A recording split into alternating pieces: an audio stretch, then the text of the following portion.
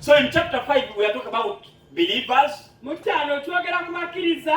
In chapter 6 we are talking about disciples. Mu y'omukaaga twogera ku bayigiriza. Bible says, and the number of disciples increased. Enamba y'abayigirizwa ne yeeyongera. Because God commanded the church to make. Katonda yalagira ekkanisa okukola abayigirizwa. There is a difference between a disciple waliwo enjawulo wakati and a believer. W'omuyigirizwa n'omukkiriza. And in church, mu kanisa there are those who are believers waliwo abakkiriza and there are those who are disciples. Mulimu n'abagoberezi.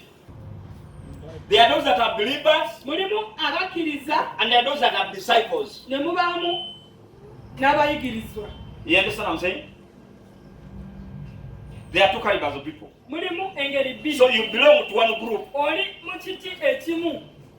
Either oli mu buyigirizwa Maybe you are a or disciple oli mukkiriza. or you are a believer. And how do you know where you Era stand? omanyi otya w'oggwa. The prayers you pray. Essaala z'osaba. There are differences in prayers. Hey, I say the prayers you pray as a disciple Essaala z'osaba nga are omuyigiriza. so different from the prayers a believer prays. Za njawulo ku z'omukkiriza z'asaba. Now I say that a disciple Ngambye nti omuyigirizwa is one that has been transformed to look like Christ. y'oyo awanyisiddwa okufaanana nga Kristo. And the primal mandate of the church Era ettiimu erisookera ddala is to y'ekkanisa make believers disciples. kwe kufuula omukkiriza omuyigirizwa. It's firstly to go into the Kwe world, kugenda mu nsi firstly, ekisookera ddala. then win them to become believers, N'abawangula ne bafuuka abakkiriza. and then when they enter church, Bwe bayingira we must ekkanisa transform them to become tulina disciples. okubawaanyisa okufuuka abayigirizwa.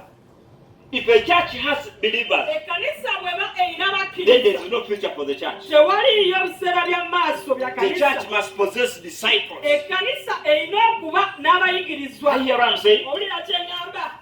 Now, in the scriptures, Mu byawandiikibwa we begin to see tutandika okulaba how scriptures were arranged. ebyawandiikibwa byategeekebwa bitya. And we see that there is Tulaba a place waliwo ekifo where even the apostles ne abatume were firstly believers, we basookera okuba and the time bakkiriza came when they became akaseera disciples. ne katuuka nga bafuuse bayigirizwa. And after Jesus had discipled them, Nga Yesu amaze because okubayigiriza. there are three cadres of discipleship. Kuba waliwo emitendera esatu egy'okubeera omuyigirizwa. There are three cadres of discipleship. Waliwo emitendera esatu egy'okufuula omuntu omuyigiriza. One Sooka is I do as you watch. nkola nga gwe bw'ontunuulira. That's why when a pastor begins a ministry, Y'ensonga lwaki omusumba bw'atandika the obuweereza. first thing is Ekintu ekisooka he ki does when you are looking. akola nga bw'oweekaliriza. He preaches when you are looking at him. Abuulira nga bw'otunula. He does everything, administration, everything you must be intent and look Ne at him. okufuga kw'ekkanisa byonna abikola nga gwe bw'olaba. The second one, Ekyokubiri I do, you do. nkola bw'okola.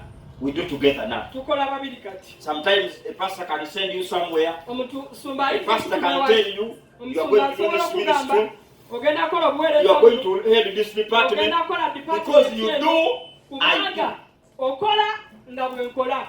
The last Omutendera level of kusemba discipleship is you do, I sit down.